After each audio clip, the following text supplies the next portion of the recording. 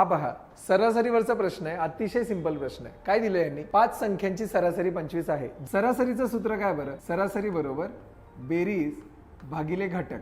म्हणजे किती घटक असतात त्याला छेदामध्ये ठेवायचं, जेवढे घटक दिले त्याची बेरीज वर करायची बरोबर सरासरी. बेरीज म्हणजे काय असणार बरं? बेरीज बरोबर सरासरी गुणिले घटक. सो बेरीज बरोबर संघ. स म्हणजे सरासरी, घ म्हणजे घटक.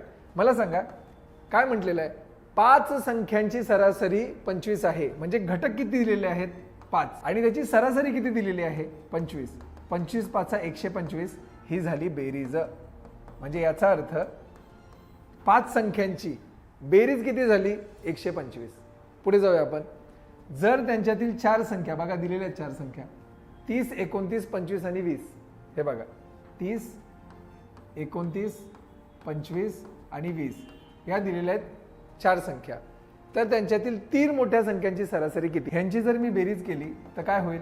9 आणि 5 14, हाताला 1, 3 आणि 1 4 आणि 2 6 आणि 2 8 आणि 2 10. म्हणजे 104 बेरीज आली त्या 4 संख्यांची. 5 संख्यांची बेरीज 125 आहे. मग मला सांगा जी 5वी संख्या आहे ती 125 मधून 104 वजा केल्यावर मिळेल की नाही? म्हणजे 5वी संख्या आहे 21. बरोबर की नाही? म्हणजे 5 संख्या कोणत्या कोणत्या झाल्या? 30 29 25 20 आणि 21. विचारलंय काय? त्यांच्यातील 3 मोठ्या संख्यांची सरासरी किती? आता 3 मोठ्या संख्या कोणत्या असणार? एक 30 असणार, एक 29 असणार आणि एक 25 असणार. बघा ना 30 प्लस 29 प्लस 25 यांची जर बेरीज केली 9 आणि 5 14, हाताला 1, 3 आणि 1 4 आणि 2 6 आणि 2 8. 84 झाली बेरीज 3 मोठ्या संख्यांची. सरासरी काढायची असेल 3 संख्यांची तर 3 ने भागावं लागतं. काय येतं?